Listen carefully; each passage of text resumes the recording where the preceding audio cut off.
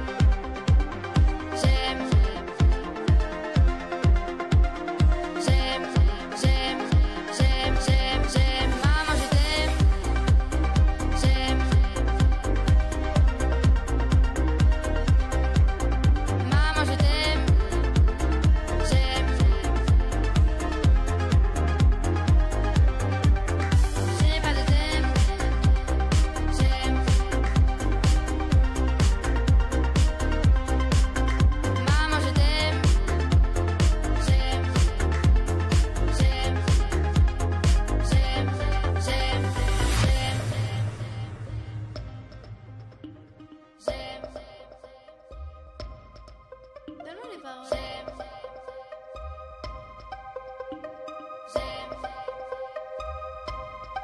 Donne-moi les paroles. Maman, je t'aime. J'ai pas de thème. Donne-moi les paroles. Maman, je t'aime. J'ai pas de thème. Donne-moi les paroles. Maman, je t'aime. J'ai pas de thème.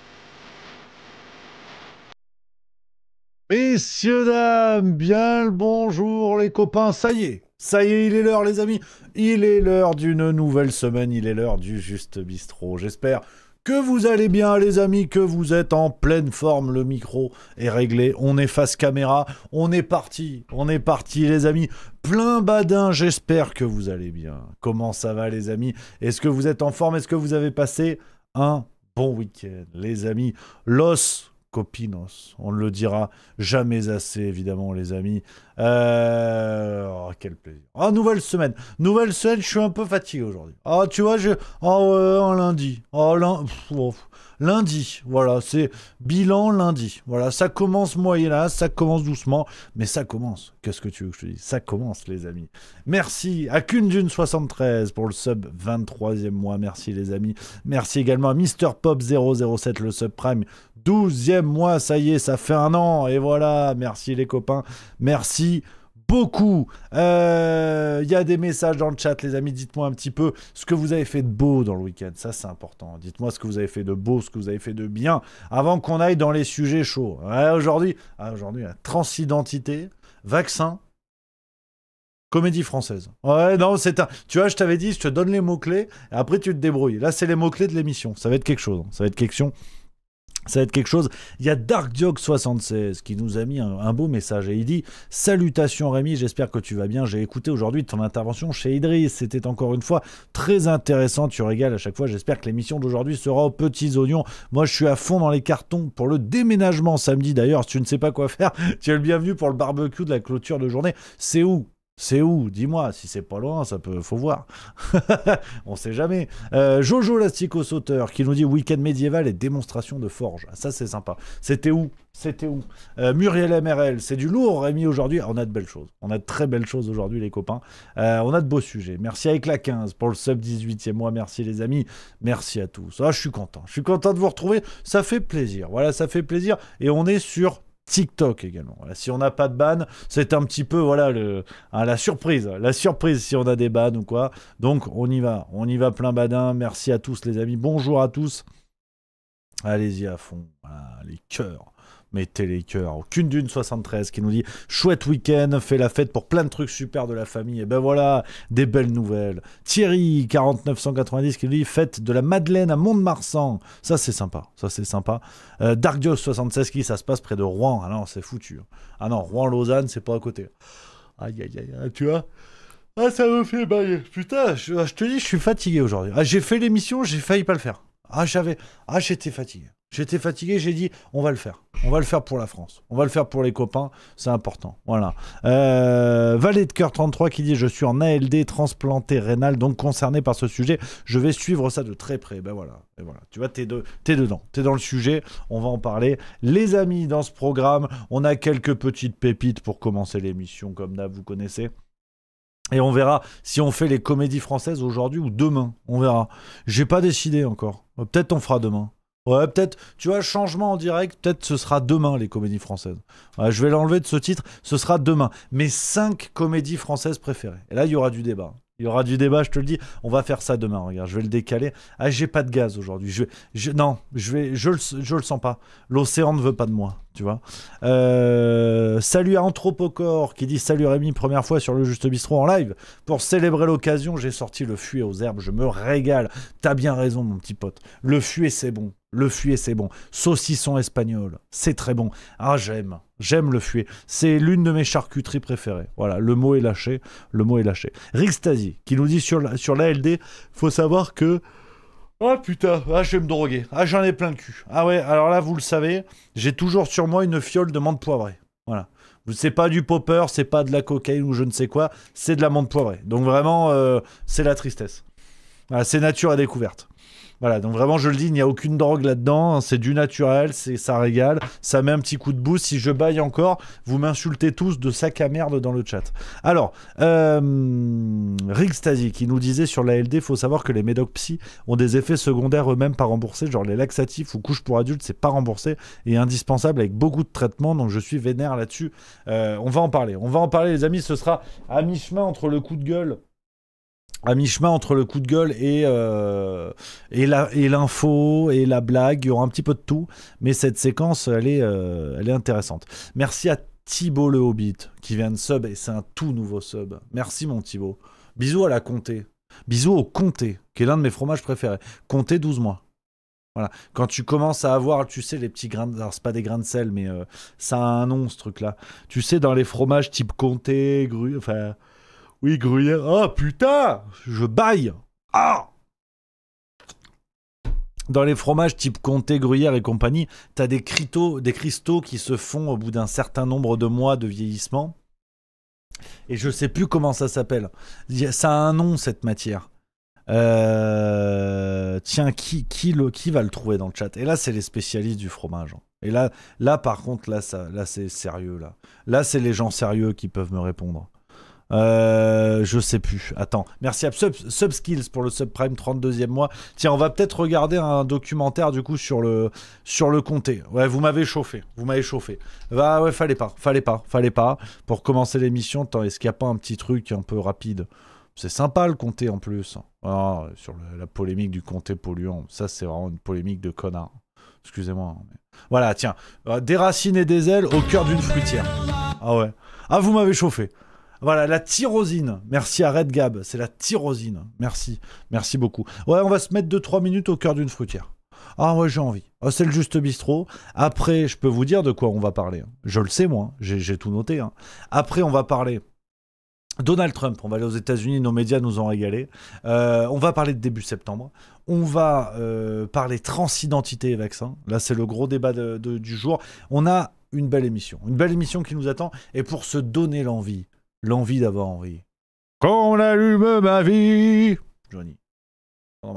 On commence avec ce reportage dans une fruitière. Ça dure 8 minutes, on va peut-être pas tout regarder, mais ça fait plaisir de commencer avec ce qui se passe dans une fruitière, et c'est la France qu'on aime. Allez, on est parti. Chabot est le fromager de Lièvremont. Salut Fabien, ça va? 2 fois par jour, après les traites du matin et du soir, il récupère la matière première. Eh oui, à son tour. Alors, qu'est-ce que ça nous donne? 411 litres. Ça fait à peu près un comté. Voilà.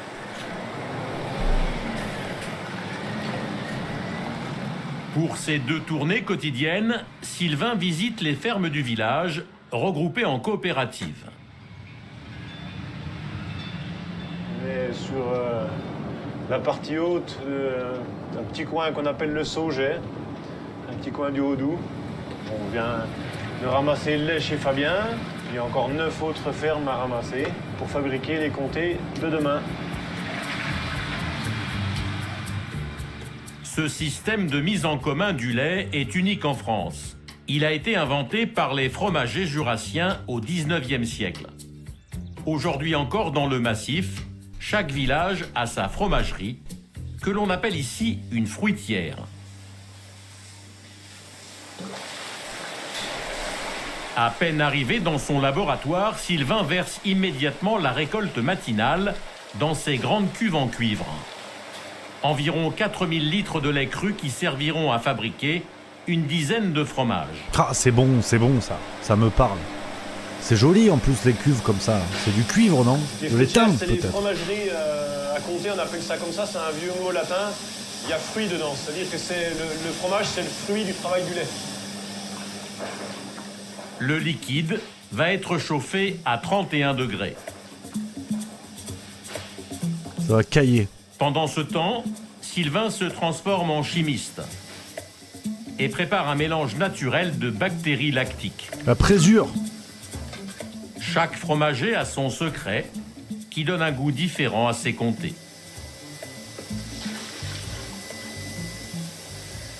Alors là, on prépare nos ferments. Alors on essaye d'avoir une quantité, toujours avoir une quantité régulière. Donc chaque fromager a ses ferments.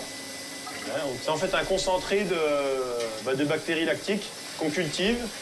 Donc il n'y a rien de plus naturel que ça. C'est la flore naturelle du lait. Chacune des 190 fruitières du Jura couvre un petit territoire au caractère unique.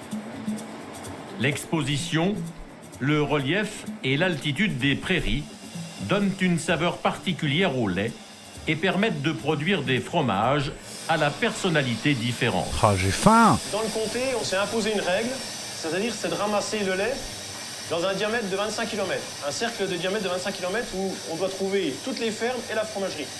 Alors ça, c'est pour éviter d'aller ramasser du lait trop loin et c'est pour essayer de garder un lien entre la fromagerie et les pâtures qui sont autour. Après 35 minutes de chauffage doux et de brassage régulier, le lait commence à changer d'état.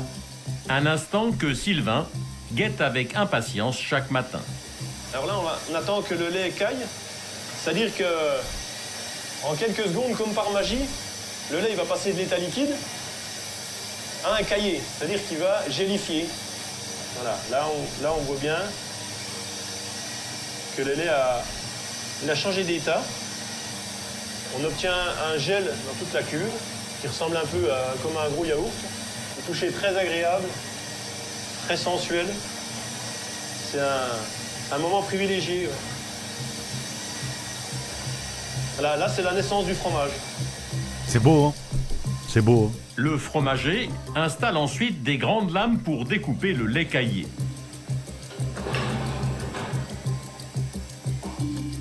C'est le moment le plus critique puisqu'il faut commencer au bon moment, à la bonne vitesse et pendant la bonne durée.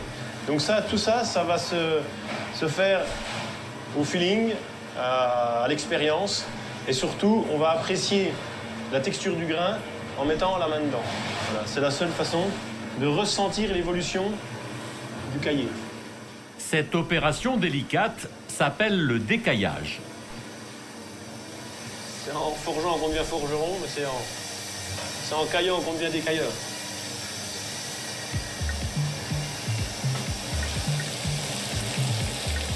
Le mélange obtenu est versé dans des moules de 60 cm de diamètre, puis égoutté. Le fromage commence à sécher et à se débarrasser de son petit Dis lait. donc. J'ai faim. Le but de la fromagerie, en fait, c'est de faire sortir l'eau qui est contenue dans le lait pour conserver la matière sèche, la matière nourrissante du lait. Plus on va enlever de l'eau, plus le fromage va se conserver longtemps. Le comté est un fromage plutôt sec, puisqu'on veut faire des fromages de garde.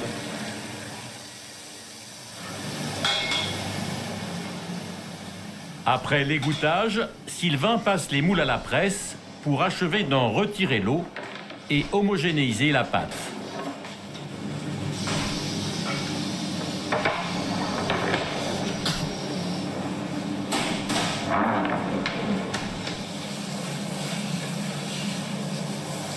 Les grains, sous l'action de la pression, vont s'agglomérer. Et au bout de 6 heures, ils vont former un fromage qui sera un bloc entier, qui se tiendra, qui sera compact. Ces jeunes comtés vont subir une pression de 100 kg pendant au moins 6 heures. Con. Oui, quand même. Le lendemain matin, Sylvain démoule les fromages de la veille.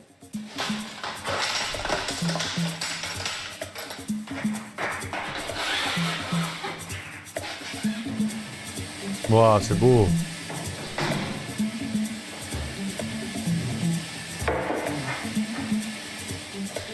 Oui, ben là, c'est le dernier stade. On démoule. Et après, ils passent en cave. On va leur donner les premiers soins.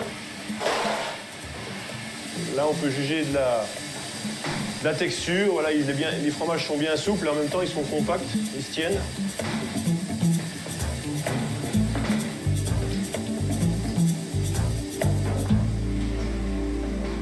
Ça régale, hein. Enfin, il effectue un dernier geste. Le sel. Un petit coup de sel. Il prépare la croûte du comté. On va faire la toilette des nouveau-nés.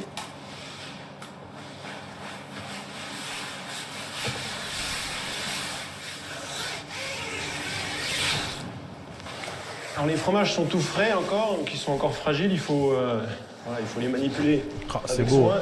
Tu vois, c'est fou. Tu vois, j'avais dit, on fait pas les 8 minutes. Elles sont passées, mais vraiment à une vitesse, j'ai pas vu passer. Ah, je me suis régalé. Bravo, bravo le comté, bravo le Jura. Voilà, aujourd'hui, c'est le Jura qui était à l'honneur, les amis. Reportage très intéressant. Pour savoir faire le comté, faut s'envoyer quand même. Faut s'envoyer les bras. Tu vois, ça m'a donné faim, mais ça m'a redonné le goût de la vie. Avant tout, voilà. Ah oui, mon petit, qu'est-ce qu'on cuisine aujourd'hui? Maïté. Et là, attends, regarde. Là, attention, jeu de mots, qui va trouver? Ah, dis donc, il fait au moins 15. Maïté glacée.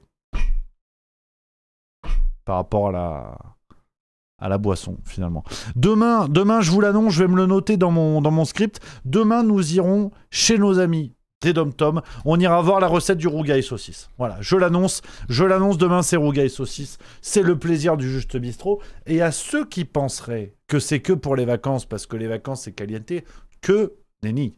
Que nenni. On va faire tout le temps de la gastronomie, du plaisir, de l'amour, parce que c'est le Juste Bistrot. Et ce qui est rare, finalement, la véritable performance, elle n'est pas sur le simple fait de regarder comme ça des documentaires sur le fromage. Ceux qui connaissent la maison savent bien où ils ont mis les pieds. Hein. Le vrai coup de maître là-dessus, il est de faire la transition avec Donald Trump. Comment passer d'une fruitière jurassienne à Donald Trump? Il n'y a que dans le Juste Bistrot que vous allez voir ça. Je vous le dis, non mais voilà, je veux pas prendre un boulard comme ça, mais il n'y a que ici que ça se fait. Ça se fait pas ailleurs, Qu'est-ce que tu veux que je te dise? Pourquoi je vous parle de Donald Trump, les amis? On a une petite séquence BFM TV qui régale. Ah, je voulais vous en parler. Une petite séquence qui régale parce que vraiment, les journalistes osent tout, et c'est même à ça qu'on les reconnaît, auraient pu peut-être dire Audiard, Michel Audiard, qu'on embrasse. Magnifique. Oh là là. Le jour où on mettra les coups en orbite, t'as pas fini de tourner. L'honnêteté me commande de dire que tu commences à mulet brisé menu. Ah, c'est génial, les tontons flingueurs. Je suis en train de regarder le Parrain en ce moment. Je vais y revenir là-dessus, vous inquiétez pas. Mais qu'est-ce que nous a fait BFM TV? Ce régal extraordinaire BFM TV, c'était le 18 juillet dernier, en direct à la télévision. Cette cascade est réalisée par des professionnels. Regardez ce dont nos amis journalistes ont parlé. États-Unis d'avoir un président aussi vieux? Objectivement, je ne le pense pas. Je pense que vraiment, vous savez, on va avoir par exemple en France une élection en 2027, on verra l'âge des candidats. On a pu voir en France, on a eu un président très jeune qui a été élu à 39 ans, on a vu le résultat catastrophique, si je peux me permettre de parler de la politique française. C'est votre avis, voilà, évidemment. c'est mon avis, mais je le dis, vu en tout cas des États-Unis et vu aussi d'une grande partie de la France, le résultat, la jeunesse n'apporte strictement rien. Je crois que c'est l'expérience qui peut être importante, et en tout cas... Aujourd'hui, non, nous ne sommes pas inquiets. Il y a quelque chose qui n'est pas très bien compris en France, en général, c'est l'âge de la retraite aux États-Unis.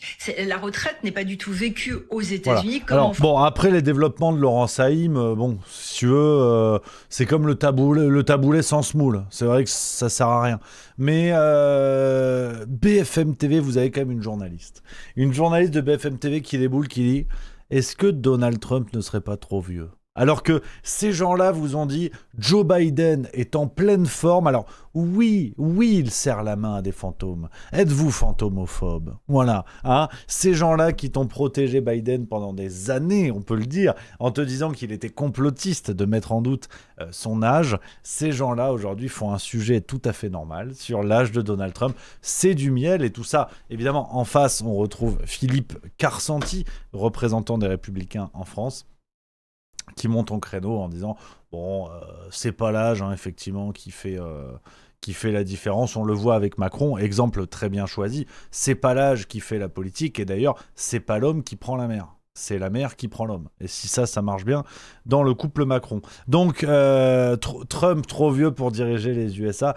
BFM TV ont osé, ils le font. C'est du miel. J'ai vu ça ce week-end. Je me suis dit, je vais en parler aux copains du Juste Bistrot, les amis. En sachant qu'on reparlera de Donald Trump dans la semaine. On va revenir sur l'affaire Epstein. Enfin, encore et encore et encore. Que dire de plus? On a eu de nouvelles infos, notamment cette histoire de lettre du New York Times. On verra tout ça en détail, les copains. Mais c'est vrai que l'affaire Epstein, je suis extrêmement mitigé. parce que il y a une marche arrière généralisée de gens qui te disaient au moment de l'élection d'Epstein fin 2024, que l'élection d'Epstein, lapsus à la con, pardon, l'élection de Trump fin 2024, qui disaient jamais le dossier Epstein ne ressortira, les liens avec Trump, il n'y en a aucun, et maintenant que tout le monde retourne sa veste, ben là, bizarrement, on se pose la question de si ça va pas être problématique pour Trump. Bon, on en reviendra, on en reparlera sûrement demain ou après-demain, les amis, je me le suis noté. Pour la semaine, Blooby Boulga qui dit à quand avec Alexis Cossette, on est en train de discuter. Ça devait être normalement, on va voir pour fin août. On est en train d'en parler, on est en train de changer, donc ça c'est chouette. Il y a Muriel MRL qui nous dit mais Biden, lui tenait plus debout, Rémi, ça gagatait grave, je dis pas ça pour les défendre. Non mais c'est vrai que c'est assez dingo. Toujours ma Muriel MRL qui dit Trump a fait des annonces juste pour être élu, c'est écœurant. Il y a Cuire le cul qui dit tu as déjà fait une vidéo avec Nicolas Conquer. C'est qui Nicolas Conquer? Ah oui, c'est pas le... Attends, je veux pas dire... C'est l'histoire des chats, Nicolas Conquer. Attends, j'en ai entendu parler. C'est le camarade là, chez Géoti. Attends. Non, je dis n'importe quoi. C'est qui Nicolas Conquer? Je sais c'est qui. Ah non, attends, je suis en train de chercher sur Twitter. Franco-américain, porte-parole républicain, Overseas France. Pourquoi je vais faire une vidéo avec un porte-parole des républicains? Enfin, peut-être, s'il veut, hein, il peut m'écrire avec plaisir. Mais non, un Américain qui vient en France qui s'appelle Conquer, je le sens pas. Je sais pas pourquoi, je le sens pas. Tu vois. Non, en 44, on a donné. Quand les Américains arrivent et qu'ils disent Conquer, c'est pas bon. Non, je le connais pas. Asie Crypto, je prends vos messages en chat, les amis. Allez-y, on papote. Hein. Asie Crypto qui nous dit Rémi, va pas trop vite avec ce genre de dossier, vraiment. Ça, pas trop vite, ce genre de dossier est vraiment très épineux. Comment ça? Sur le dossier Epstein? Par rapport à quoi, camarade? Dis-moi, dis-moi par rapport à ce que t'en penses. Hein. On papote, on débat. Attends, t'inquiète. Hein. Synchronique, c'est un vendu, ce Nicolas. Laisse tomber Rémi. Ah, merde, je le connais pas. Je suis désolé, je le connais pas. Anthropocore, tu lui feras découvrir le compte. Ça peut être un projet, c'est vrai que c'est sympa. C'est sympa. C'est comme Glucksmann, dit Red Gab. Alors, très honnêtement, je le connais pas, le cousin. Je vais pas vous mentir. Attends, Nicolas Conquer, je vais chercher un peu quand même. Il a l'air sympa, il a une moustache. Normalement, les gens qui ont une moustache, ils sont gentils. Bah non, pas tout le temps, ça dépend. Puis il est beau comme tout. Putain, il est beau gosse. Hein. Ah ouais, non, bah attention. Hein. Non, il est beau comme tout avec sa moustache, il est impeccable. On dirait un vendeur d'épices, il est magnifique. Je connais pas le gars, je sais pas qui c'est. Mais on l'embrasse évidemment, on le salue, Nico. Nico, mon bon vieux Nico, comme j'aime à l'appeler. Donc voilà, les journalistes osent tout, les amis, et BFM nous l'a rappelé, et ça mange pas de pain. It doesn't hit some bread, parce qu'on est tourné vers les États-Unis. On embrasse Julien Pain, évidemment, qui doit être en vacances actuellement. Voilà, ça fait plaisir, on pense à lui, mon Juju. J'espère qu'il s'est remis, hein, qu'il s'est bien remis du harcèlement dont il avait été victime de la part de Juste Milieu. Hein. Donc j'espère qu'il va bien, les amis, dans les sujets là dont je voulais parler avec vous, j'ai vu passer ça un petit peu, hein, c'est en train de se mettre en place et j'étais curieux de savoir ce que vous en pensez. N'hésitez pas d'ailleurs, si vous voulez intervenir sur le Discord Juste Milieu, les amis, allez-y dans le salon vocal Juste Milieu, salon vocal général, vous pouvez intervenir et on papote évidemment. Et en fait, je voulais avoir votre avis sur ce qu'il se passe. Alors attendez, qu'est-ce que j'ai foutu? Merde. Voilà. Oui, alors, attends, il y a mon Asie Crypto qui a répondu par rapport à Epstein, on discute. Asie Crypto qui dit oui par rapport au dossier Epstein, je pense qu'il ne faut pas aller trop vite sur ce dossier et crier victoire en disant je vous l'avais dit, ça pourrait se retourner contre toi. Non, alors c'est pas ce que j'ai fait, camarade. On en reparlera en détail il y a 2 jours. Non, par contre, faut essayer de suivre. Faut essayer de suivre, les amis. C'est vraiment pas le genre de la maison de dire je vous l'avais dit. Ça peut arriver de temps en temps. Faut jamais dire jamais, comme disait Éric Dupond-Moretti. Hein, je ne pourrai jamais être ministre. Faudrait en avaler des couleuvres. Il en a avalé, peut-être pas que des couleuvres. Non. Le je vous l'avais dit, c'est vraiment pas le genre de la maison parce que y a beaucoup de choses où j'ai pas envie d'avoir raison. Hein, je vais pas vous mentir. Sur Trump, il me semble vraiment pas avoir joué la carte de je vous l'avais dit.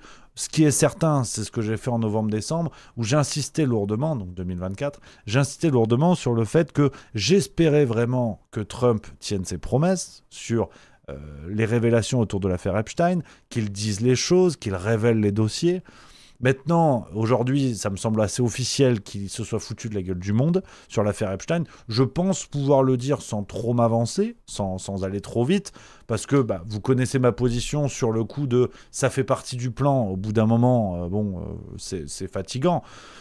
Maintenant, peut-être qu'il y a des éléments qui vont donner tort. Trump, il y a 4-5 jours, a parlé d'une mascarade montée par les démocrates. Je crois qu'il a qualifié le dossier Epstein de canular monté par les démocrates. Je vois pas, si tu veux, Trump qui finalement demain retourne sa veste et révèle toute l'histoire, tu vois. Moi, j'avais poussé pour dire ne vous emballez pas, peut-être que Trump a instrumentalisé l'affaire Epstein à des fins électoralistes. Aujourd'hui, je vois pas ce qui invalide ce plan-là. C'est pas par rapport à ce que j'ai dit. Moi, la posture, c'est souvent la même. C'est de dire, les gars, pas de pression, ne paniquez pas, parce qu'on risque d'être déçus quand on mise un petit peu trop sur l'homme providentiel, homme avec un H majuscule. Mon Asie Crypto qui répond, qui dit « Mais qui nous dit qu'il ne va pas le faire bientôt ? Regarde la demande qu'il a faite pour demander le compte-rendu du grand jury. » Après voilà, c'est mon Asie Crypto. Merci à Ravnos32 pour le sub. C'est un tout nouveau sub avec 6 mois d'avance, le gars. Il est dans le futur, le mec, c'est Anne Hidalgo. Putain, merci à toi, camarade. Alors, mon Asie Crypto, non mais, moi, tu sais, j'adore, hein, j'aime le débat, on papote, les copains. Après, sur la position, vous connaissez ma position là-dessus, les amis. Sur l'argument qui est de dire, non, mais en fait, c'est le plan. Parfois, je commence à croire sincèrement, on en parle souvent, mais c'est pas grave, on discute. Je commence sincèrement à croire que ça fait partie du plan, de croire que tout fait partie du plan. À un moment donné, oui, mais mon Asie Crypto, j'ai l'impression que tu te leurres un peu tout seul. J'ai l'impression, mais c'est le débat. Hein. Asie Crypto qui dit, regardons l'histoire avec Obama qui vient. Mais attends, avec Trump, ça fait depuis 2016 qu'il y a des histoires qui arrivent. Au bout d'un moment, moi, sur tous les dossiers, franchement, je dis pas. Obama, il y aura des révélations, tu vois, je dis pas. J'en ai même pas encore parlé dans le Juste Bistrot. Donc, sur le dossier Obama, je dis pas. Mais sur l'affaire Epstein, j'ai toujours dit la même chose. J'essaie d'être cohérent là-dessus. Quitte à être cohérent dans mon erreur, quitte à persister dans l'erreur.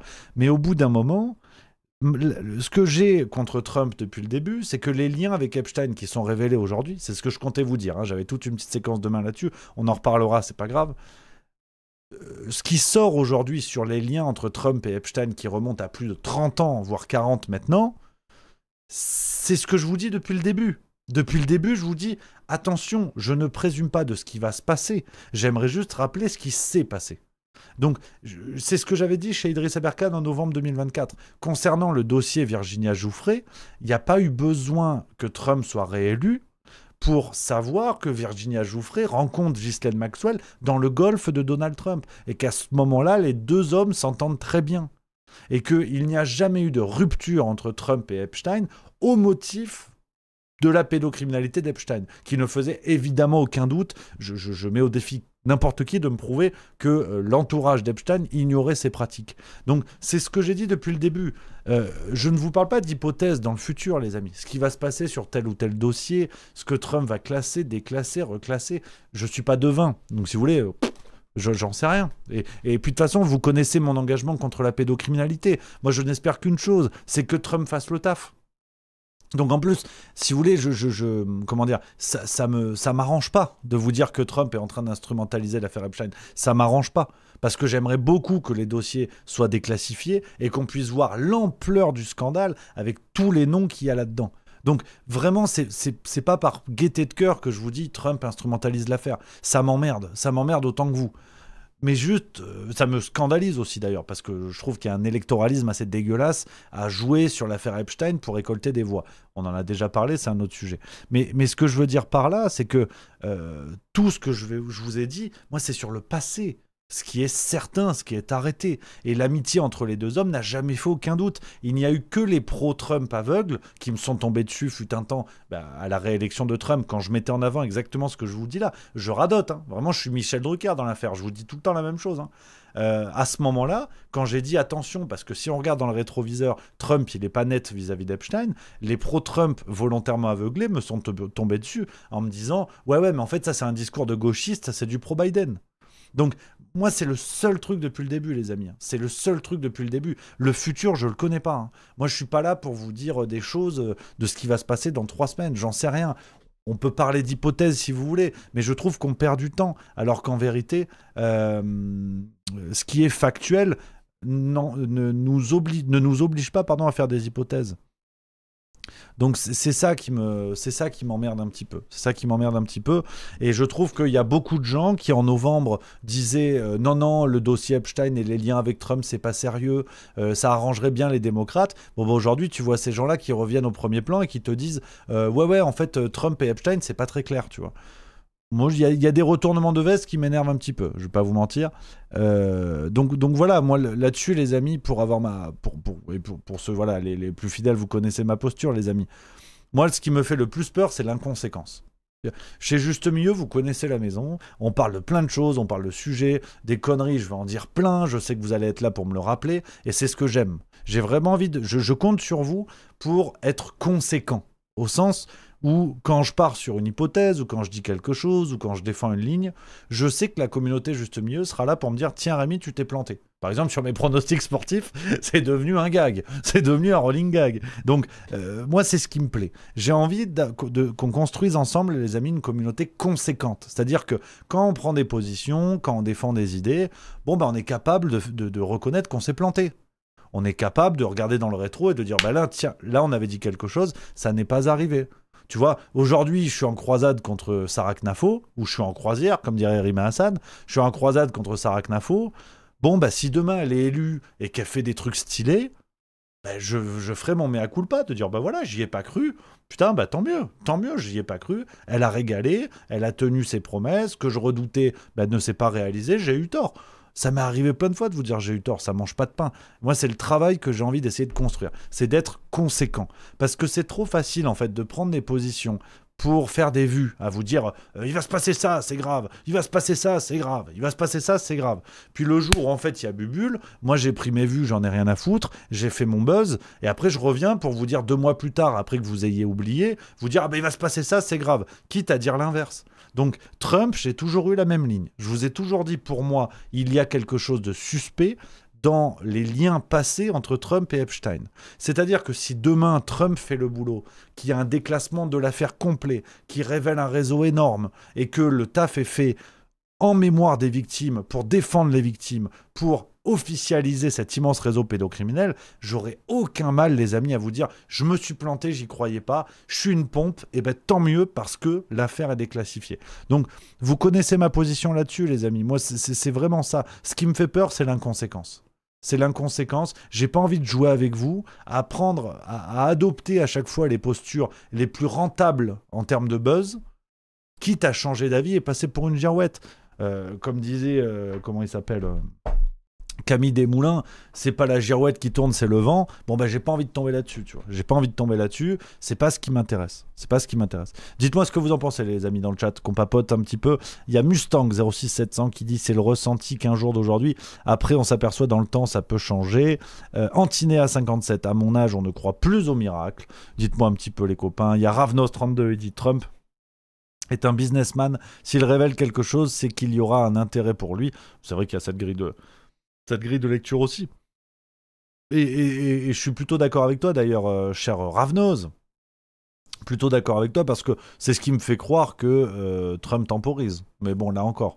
Anarchy08 qui dit d'accord, mais si rien n'est acté, on peut toujours émettre d'autres hypothèses sans remettre en doute les sujets, sans non plus partir dans tous les sens. Qu'une d'une 73, moi je suis conséquent, je maintiens que le parrain est un chef-d'œuvre ultime. Ça va, j'arrive sur le parrain, je vais en parler. Thibault le Hobbit, les dossiers que chaque camp a sur l'autre, c'est la méthode de la barbichette. C'est vrai. Alors là, je suis complètement d'accord. Je pense que dans cette affaire, en vérité, personne n'a intérêt à ce que ça sorte. Tout le monde y va de ses bonnes raisons de pas faire le taf, quoi. Mais voilà, Igerne14 qui dit c'est effectivement pour les victimes que c'est le plus désolant. Tank Girl, comment a-t-on pu croire une seule seconde que Trump allait révéler des choses sur l'affaire Epstein ? Ça me semble très naïf. Cloops34, si tous les gens lambda comme nous arrivons à décrypter le plan, c'est sûrement que c'est pas ça le plan. C'est pas faux, j'aime bien celle-là. Elle est bonne. Baldacat, moi j'en ai marre de me faire balader, je ne regarde plus les faits et rien que les faits. Les théories, ça me fatigue. Anthropocore, à mon humble avis, il y a plus de chances que Macron démissionne, que Trump qui déclassifie les dossiers Epstein entièrement. Non, mais après, on verra, les amis. Mais je sais que c'est pas vendeur. Hein, je sais que c'est pas vendeur, mais vous connaissez ma posture là-dessus. J'insiste lourdement parce que j'ai envie d'en retirer une certaine fierté. La fierté de la conséquence, tu vois, d'être conséquent, ce que je vous dis. Ça va être mon nouveau mot. Hein, il y a eu la phrase voir ce qu'on voit. Bah, maintenant, c'est la conséquence. C'est un mot que j'aime bien. Parce que j'ai pas envie d'être dans des phases de buzz à la con, d'être tout le temps dans la théorie qui fait des vues, des machins, des bidules, et en fait, un mois et demi après, tu te rends compte que c'est tout l'inverse, et que, bon, bah voilà, t'as servi le truc, bon, ça m'emmerde, on va pas insister là-dessus, j'en ai déjà beaucoup parlé. Cinéma, Le Parrain, j'ai pas fini encore. À 2h57. Il me reste 45 minutes, là. Ça y est, à la maison, hier, on a fait une belle partie. Le Parrain 1. Le Parrain 1. Bon, c'est vrai qu'on n'a pas encore fini, alors me dites rien dans le chat évidemment, mais je dois quand même avouer, enfin non pas avouer, en vérité on m'a pas attendu pour ça, mais là j'ai vu 2 heures et quart du Parrain que j'avais jamais vu. Alors les Mireilles du cinéma qui déboulent qui ont quoi, ça avait pas vu le Parrain hein il faut reconnaître que parfois il y a des évidences. Tu vois, je trouve en art, il y a des évidences. Quand Le Bordel, ça fait 50 ans qu'il est sorti, c'est 1979 si je dis pas de conneries, ça fait 50 ans qu'il est sorti. T'as des millions de gens à travers la planète depuis 50 ans qui te disent Le Parrain c'est un chef-d'œuvre. Bon ben je l'ai regardé, bilan, oui c'est un chef-d'œuvre. À un moment donné, t'as des œuvres comme ça, c'est extraordinaire. Bah y a pas à dire, T'as des œuvres qui sont universellement géniales. Tu vas toujours trouver des connards qui vont arriver en disant non mais Le Parrain franchement c'est surfait, ça vaut pas un bon vieux Xavier Dolan, non. Tu vois Le Parrain Le Parrain c'est un peu Francis qui fait du Coppola, ouais. Voilà, ces gens-là tu les bifles sur le champ, tu les bifles. Parce que, bon, t'en trouveras toujours quelques-uns qui vont partir là-dessus.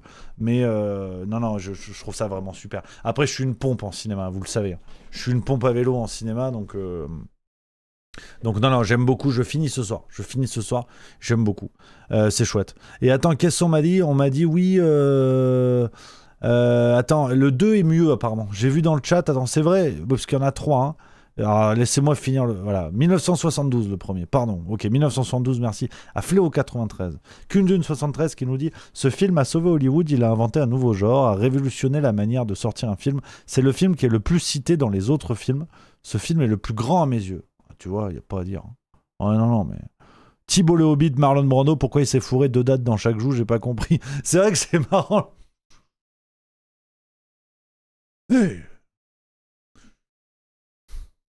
Hey Manu, viens, Manu. Alors, pourquoi tu t'es tapé ta prof de français ? Pourquoi ? Ça va pas, Manu, ça va pas. C'est dans les vieux pots qu'on fait les meilleures soupes, ouais, c'est vrai, mais là c'est une amphore. Ah, je vais faire le Parrain 4. Si j'ai le budget, je fais le Parrain 4. Je sens quelque chose. J'ai quelque chose. Alors attends, Fléau 93, il va nous déclencher un débat des enfers. Il dit le 3, tu peux éviter de perdre ton temps. Alors attends, dites-moi. C'est vrai que le 2 c'est quoi ? C'est le 2, le 2 il est super, le 1 il est bien et le 3 il est nul, c'est ça ? Me spoilez pas, hein, dites rien, j'en sais rien en vrai. Je sais pas. Hein. Kundun 73 qui dit à part ça, il existe une mini-série sur la fabrication de ce film qui s'appelle The Offer. C'est par la Paramount. C'est excellent. Ah bah attends, déjà je vois le film, après on va vers la série. Alors attends, oui, 1 et 2 top, 3 bidons. À ce point ? Le 3 est à chier, nous dit Cure le cul. Ah ouais ?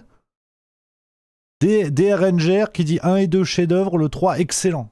Ah tu vois, excellent il a dit. Donc tu vois, il est pas d'accord. PEM 1664, non pas nul, mais pas du même niveau. Kundun 73, le 1 est parfait, le 2 est magique, le 3 est sympa. Sympa, il a dit. Ok.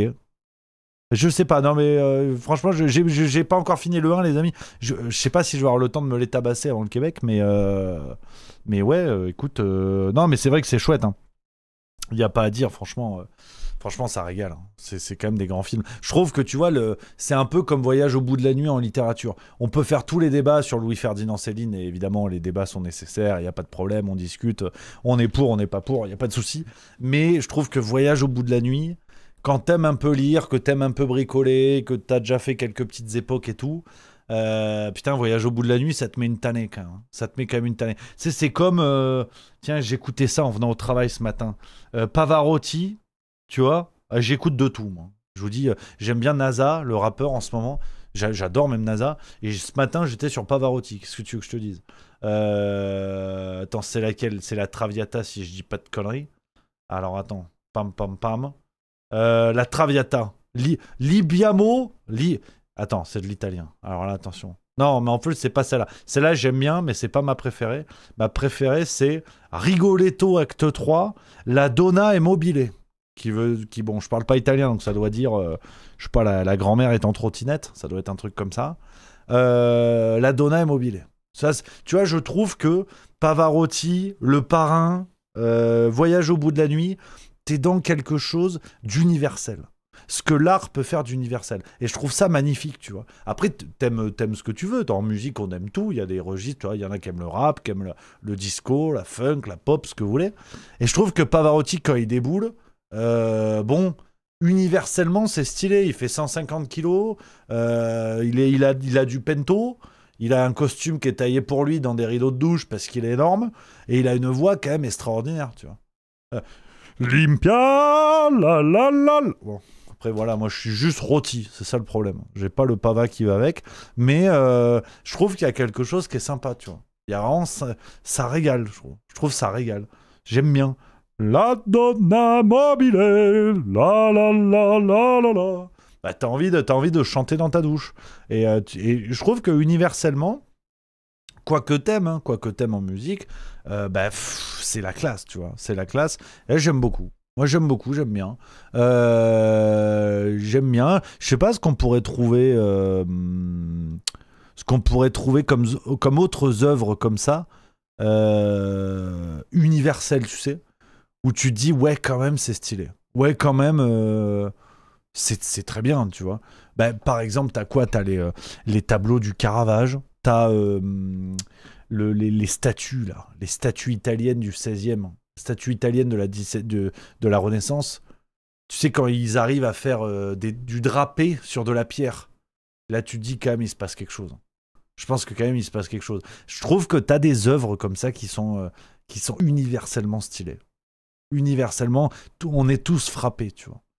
Bah, Léonard de Vinci, évidemment, la Joconde. Tu vois, la Joconde, on peut la mettre là-dedans, je trouve. Évidemment. La Pietà, absolument. La Pietà, je vais vous montrer. Ceux qui voient pas, c'est pas grave. Là, c'est le Rémi guide de musée qui vous parle. Aujourd'hui, on voyage. Tu vois, la Pietà de Michel-Ange, t'as quand même quelque chose qui bricole. Hein. Attends, il n'y a pas une photo Full HD qualité plus gold, tu vois. Regarde. Non, mais c'est beau. La Pietà de Michel-Ange. Déjà, en plus, le mec est fort parce que tu commences ta carrière, tu t'appelles Mickey. C'était quand même pas gagné au départ. Bon, bah voilà, regarde-moi ça. Regarde. Alors après, bon, mes connaissances en art, voilà, j'aime bien, je suis pas un expert. Bon, regarde le drapé avec de la pierre, quoi. Bon, moi, avec de la caillasse, si je te fais une tub, c'est champagne déjà. Hein. Là, regarde, avec de la caillasse, t'as un drapé. Regarde la finesse, là, sur la tête, comme ça, là. C'est la mère de Dieu. En plus, les personnages, bon, là, t'as ce qui se fait de mieux, quand même. Hein. T'as Jésus, la Vierge Marie, quand même, ça bricole. Regarde la finesse du drapé sur la tête, c'est extraordinaire. En vrai, c'est extraordinaire. Le détail des corps, c'est fou. C'est complètement fou. Et tout ça avec de la caillasse, tu vois. Alors après, je te dis, chacun aime plus un art qu'un autre, différents registres, et c'est ce qui est chouette aussi, tu vois. Bon, la Pietà de Michel-Ange, tu prends une claque. Et tu vois, on est passé de la Pietà de Michel-Ange au Balloon Dog de Jeff Koons. Tu vois, là, on va faire un travail artistique. On va faire un choc. On va faire un choc d'époque, voilà. 17e siècle, je crois que c'est ça. Hein. Je vérifie la date, je ne veux pas vous dire de bêtises. Voilà, la Pietà Michel-Ange. Tiens, on va se faire un petit peu de culture, je vais vous donner quelques petits détails. On apprend des choses, c'est Juste Bistrot. Après, on part sur transidentité et affection longue durée. Tu vois, c'est le Juste Bistrot, on part dans tous les sens, en vérité, disons-le. La Pietà est un groupe en marbre de Michel-Ange de la basilique Saint-Pierre du Vatican à Rome, représentant le thème biblique de la Vierge Marie douloureuse, Mater Dolorosa en latin, ou Pietà, tenant sur ses genoux le corps du Christ descendu de la croix avant sa mise au tombeau, sa résurrection et son ascension. Elle est sculptée entre 1498 et 1499, 15e siècle. Donc tu vois, en plus, vraiment en date, je suis une pipe. 15e siècle. Bon, 15e siècle, Michel-Ange, il se réveille, donc Michel-Ange, littéralement, il se réveille. En un an, il t'a bricolé ça avec de la caillasse. On est d'accord. On aime ou on n'aime pas, mais il faut reconnaître la prouesse artistique, tu vois. Bon, 2010, Jeff Koons. Qu'est-ce qui s'est passé, en fait? C'est l'éternelle question. Qu'est-ce qui s'est passé? Jeff Koons, il arrive, il a inventé Jiffy, en fait. Il a inventé une espèce de merde que tu retrouves à 14,99 chez Jiffy. Alors Jiffy, j'aime bien, ils ont des idées de génie. Ça, c'est sympa. Pas de génie Bastier. Sinon, ça veut dire j'y les fous dehors. C'est pas Jiffy. Non, ils ont des idées de génie. De génie, tout court. Bon, 2010, 1499. Je veux pas faire du c'était mieux avant, mais un peu quand même. Un petit peu quand même. Parce que les moyens technologiques, l'évolution de nos sociétés, on n'a jamais été aussi intelligent. Regardez, on a quand même Elisabeth Borne aujourd'hui. Qu'est-ce qui s'est passé en fait? Chacun aime son registre. Mais comment on est passé de ça, finesse du drapé avec de la caillasse, à sextoy plastoc Made in China 14,99 au Jiffy de Villacoublay? Qu'est-ce qui s'est passé entre les deux? Et c'est une véritable question. C'est une véritable question. Le c'était mieux avant ne marche pas à chaque fois. Faut pas déconner. Ce serait ridicule. Mais je trouve que y a des registres, il y a des domaines où ouais, c'était mieux avant. C'était mieux avant. Je trouve que franchement, autant le virage, tu vois, de l'impressionnisme, le virage, t'arrives 20e siècle, début 20e, Première Guerre mondiale, on commence à comprendre toutes les horreurs dont l'homme est capable, qui se fout sous la gueule en se mettant du gaz sarin dans le museau. Tu te dis, il y a quelques peintres qui déboulent derrière, ils sont un peu torturés les mecs, tu vois. Des peintres allemands, tu commences à avoir des trucs impressionnistes où tu commences à avoir des choses qui n'ont plus grand chose à voir. Tu dis oui, bon, en même temps, on a gazé Papy à Verdun, donc c'est vrai que les gens sont un petit peu torturés. Seconde Guerre mondiale, tu comprends définitivement que l'homme est une gigantesque merde, qu'on peut prendre des coups à nous, les foutre dans des fours, enfin c'est une catastrophe, il n'y a rien qui va. Donc on a compris qu'on était des merdes, et là sur le plan artistique c'est roue libre, tu vois. C'est roue libre, c'est vraiment, c'est bon, on est des merdes donc faites de la merde. Donc tu te retrouves avec Balloon Dog, Jeff Koons, avec des bananes accrochées au mur, tu vois. Et des gens qui sont là, qui prennent des photos. Mais va chez Grand Frais en fait. Voilà, pour ce cours d'art appliqué. c'est pas des racines et des ailes, mais c'est des racines et des 4 ailes, nous, l'émission. toutes les fenêtres artistiques du Juste Bistrot. Non, mais il y a une vraie réflexion là-dessous. Je dis ça, mais il y a une vraie réflexion. Non, faut pas croire.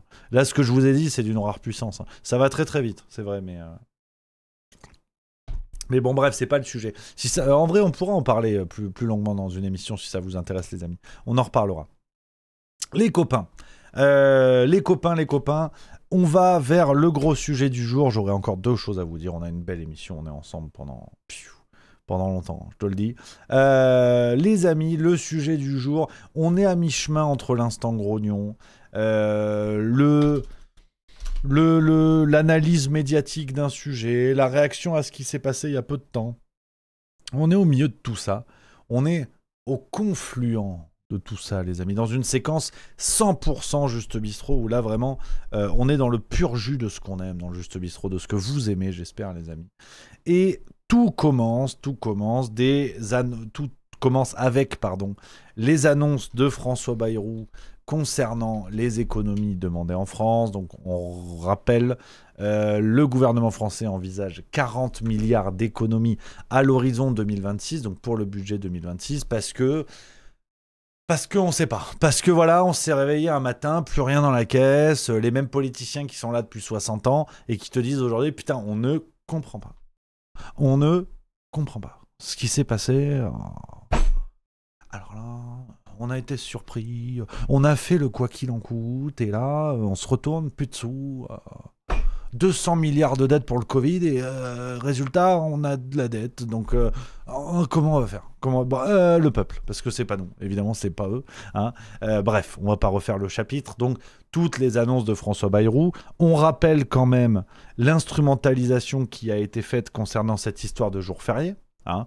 Ça a été rendu officiel par voie de presse que l'histoire des 2 jours fériés avait pour objectif de focaliser l'attention sur un sous-sujet et que derrière, on faisait passer la charrette avec des mesures très lourdes, très sérieuses. Donc, on rappelle ça a été officialisé, hein, vraiment, on en a parlé d'ailleurs sur le site de Juste Milieu si vous voulez récupérer ça.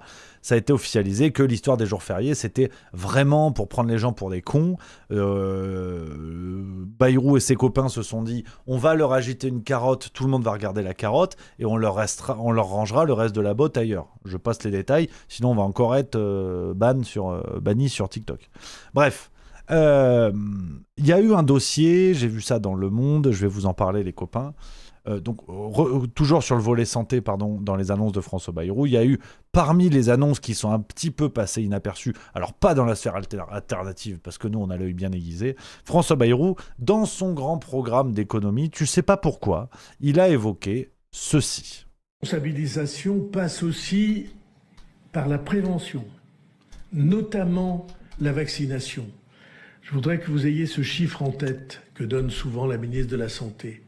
Les 3/4 des personnes en réanimation au moment des épidémies de grippe ne sont pas vaccinées.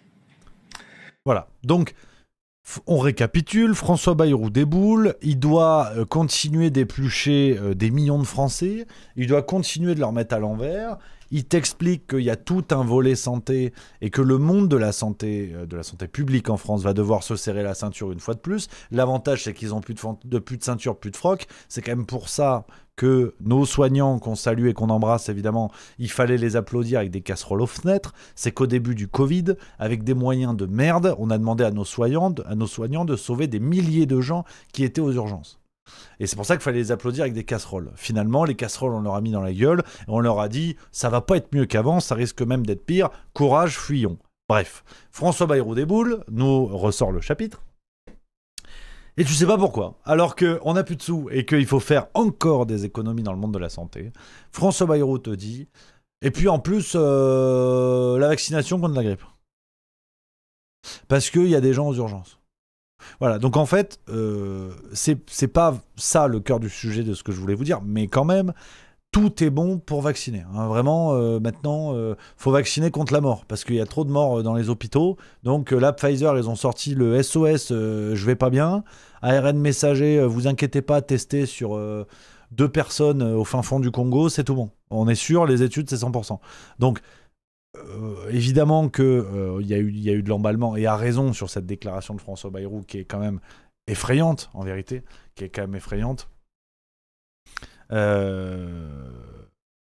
où tout est bon en fait, tout est bon pour pousser des deals avec les laboratoires pharmaceutiques, mais c'est même pas ça le sujet, c'est même pas ça ce que je voulais vous dire.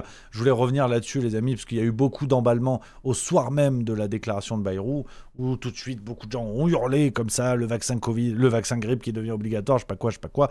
Voyons étape par étape. Peut-être que ce sera le cas, mais on rentrerait typiquement dans l'hypothèse. C'est à craindre, évidemment, mais restons prudents et essayons de nous enflammer pour des choses peut-être plus factuelles. Et c'est ce que je voulais vous dire. Et tout part d'un article du Monde qui a été publié ce week-end dans l'édition du 20 juillet. Et je voulais vous en parler parce que quand on met en regard 2 actualités récentes, on a quelque chose de très très inquiétant et qui en dit long sur notre société. Alors, c'est cet article, voilà, Transidentité, une prise en charge améliorée. La Haute Autorité de Santé a publié vendredi ses recommandations pour les adultes en transition de genre. Donc, je vous explique le contexte, ensuite je vous dis pourquoi ça a à voir avec les annonces de Bayrou. La Haute Autorité de Santé, donc vous le savez, qui est une sorte d'arbitre du monde de la santé, qui est une autorité qui a pour objectif de fixer des règles, de donner des recommandations au gouvernement, au ministère de la Santé en l'occurrence, pour adapter les lois telles qu'elles existent en France, de les adapter pour toutes les questions liées à la santé. Donc la HAS, on en a beaucoup parlé, par exemple, pendant le Covid. C'est la HAS qui disait on autorise tel vaccin, on n'autorise pas, on autorise telle mesure, on n'autorise pas. Bref, c'est une autorité qui a surtout des recommandations consultatives, mais qui en général est suivie par le gouvernement. Là, la HAS, ça faisait plusieurs mois qu'on attendait leurs recommandations concernant le dossier de la transidentité. En gros, qu'est-ce que la société doit faire pour prendre en charge les changements de genre, les processus, on va dire, de changement de genre, les opérations, le traitement médical et compagnie. Pour être très clair sur cette séquence et essayer de faire subsister le moins possible de zones d'ombre, ça n'est pas une question morale. Dans les minutes qui suivent, je ne vais pas vous dire c'est bien, c'est mal. Vous pensez ce que vous voulez, vous n'avez pas besoin de moi pour ça. Je ne débat pas aujourd'hui du bien fondé de la transidentité. Ce que je pense, moi, en tant qu'individu, je le dis comme ça d'entrée de jeu, au moins vous êtes au clair sur ma pensée à moi et vous avez la vôtre, c'est que je considère que naturellement, d'une certaine manière, il existe des gens qui effectivement ne sont pas nés dans le bon corps. Peut-être que ça s'explique sur le plan hormonal, sur le plan chromosomique, peut-être qu'il y a des gens qui effectivement ne sont pas nés dans le bon corps, et ça peut créer des problèmes dans leur vie, tout au long de leur vie, dans l'intégration, dans la vie civile, dans la vie sociale et compagnie. Et je pense que oui, c'est le rôle de nos sociétés que d'accompagner ces gens-là.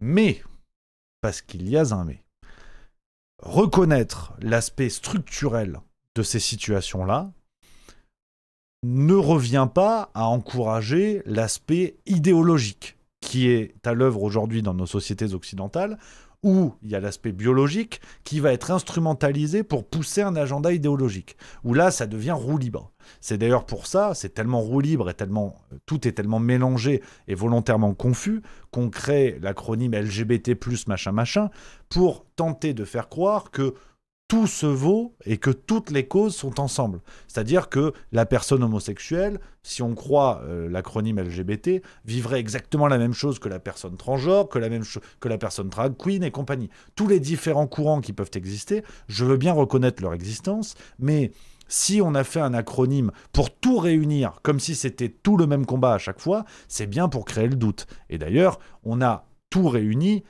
contre l'avis même des personnes concernées dans la plupart des cas. Parce que vous avez les militants qu'on voit à la télé, mais vous avez plein de gens qui vivent ça dans leur intimité et qui n'ont peut-être pas envie d'être mélangés à une cause idéologique qui dénature complètement leur combat. Donc on a en plus confisqué la vie et la volonté des gens. Donc, pour résumer mon point de vue là-dessus, les amis, je refuse le manichéisme de dire la transidentité n'existe pas du tout.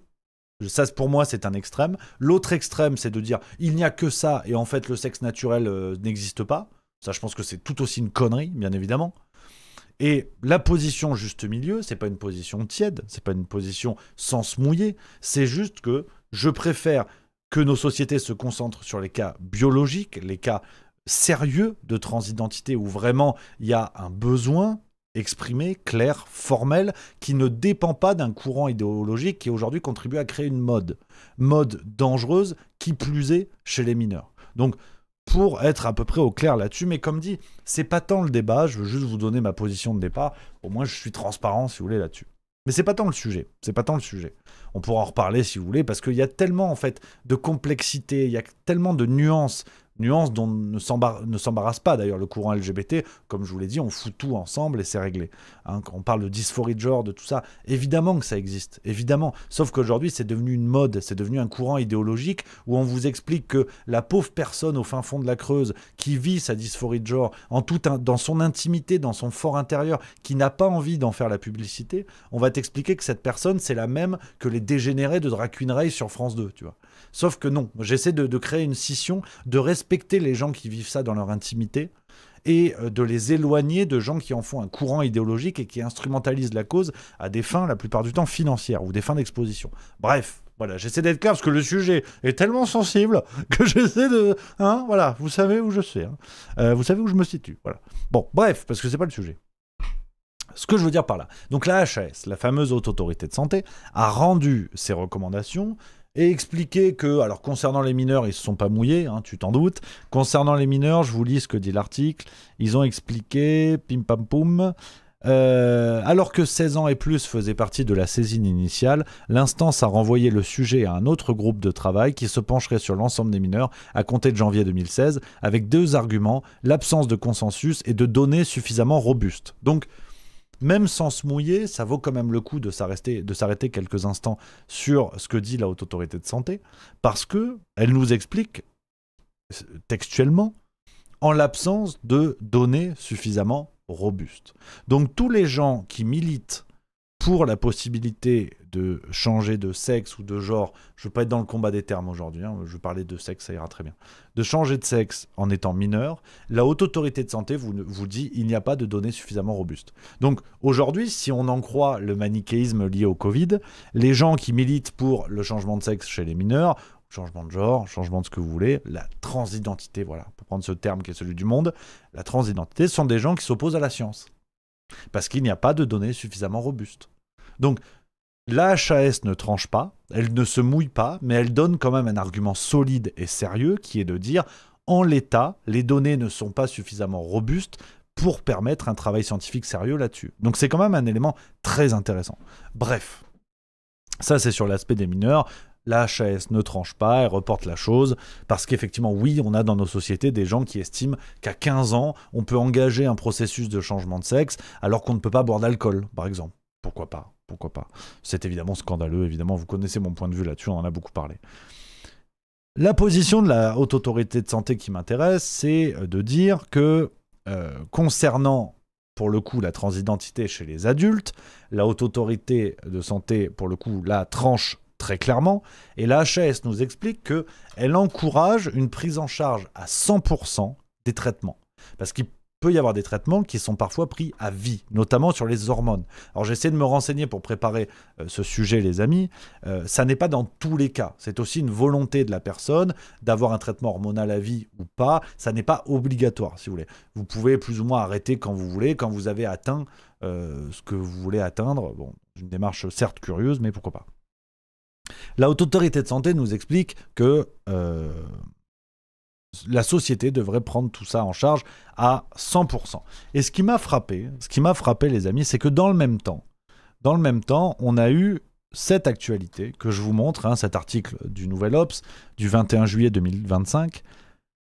François Bayrou a évoqué dans ses réductions de dépenses, dont on parlait tout à l'heure, le cas des affections longue durée. Alors, les affections longue durée, là encore, je travaille le sujet. Hein.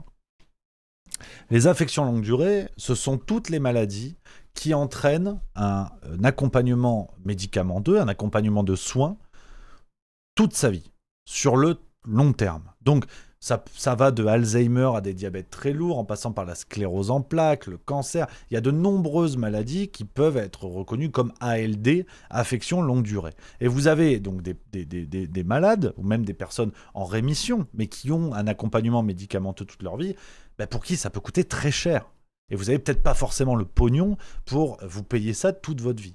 Jusqu'à présent, ce statut ALD faisait en sorte que le malade, ou le malade en rémission, l'ancien malade, disons, le guéri surveillé, voilà, puisse profiter d'un remboursement, d'une prise en charge totale de ses soins. François Bayrou et le gouvernement macroniste, dans un élan de saloperie ultime, hein, mais bon, jusque-là, rien de neuf sous le soleil, nous expliquent que même les ALD, il va falloir réfléchir un petit peu. Parce que peut-être que ça coûte trop cher. Peut-être qu'il y a des gens qui profitent d'ALD et qui n'auraient pas le droit. Tu vois, je prends cet article de caduc.net, donc très lié à l'actualité médicale, qui nous dit concernant les mesures évoquées par François Bayrou, réforme des ALD, sortie des patients des ALD lorsque non justifiés et limitation des remboursements à 100% aux médicaments liés à la pathologie. Donc, là encore, loin de moi l'idée de vous dire qu'il faudrait être à 100% quoi qu'il arrive et ne pas essayer d'identifier les cas où il y a des abus. Parce qu'évidemment qu'il y a des abus. Évidemment, faut pas déconner non plus. Maintenant, il y a une différence entre faire la chasse aux abus et évoquer une requalification du statut d'ALD, qui pourrait potentiellement exclure des gens pour qu'il n'y a pas d'abus. Et quand on met les deux situations en regard, Ce que je trouve extraordinaire dans notre société. Même s'il faut être prudent, la HAS a rendu des recommandations. Ça n'est pas la loi. D'ailleurs, François Bayrou n'a évoqué qu'une envie d'aller requalifier le statut des ALD. Rien n'est en place à l'heure actuelle. Mais je parle vraiment d'un débat intellectuel qui a lieu aujourd'hui en France, où vous avez des gens qui militent pour que vous soyez remboursé toute votre vie, pour vous faire poser une bite, mais que ça ne soit pas le cas si vous avez Alzheimer. J'ai pris toutes les pincettes, je vous ai donné tous les détails là-dessus. Là, évidemment que je caricature un petit peu le débat, mais je trouve qu'intellectuellement, je résume factuellement la situation. C'est-à-dire qu'en France, on estime qu'il est préférable d'accompagner les gens qui changent de sexe plutôt que les gens qui ont des affections longue durée. Et franchement, je trouve ça scandaleux.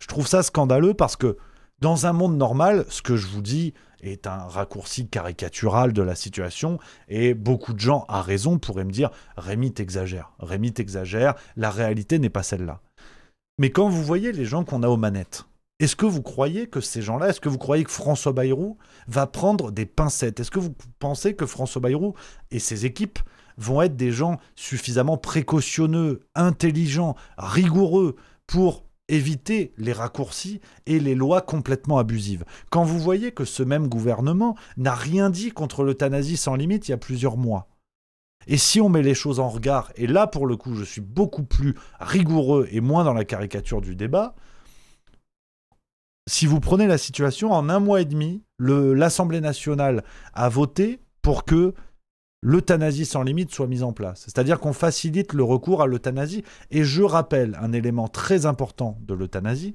qui est que le texte de loi tel qu'il a été voté à l'Assemblée nationale, pas encore au Sénat, c'est très important, le texte de loi tel qu'il a été voté à l'Assemblée nationale prévoit le recours à l'euthanasie en cas de maladie incurable et ou de souffrance impossible à atténuer.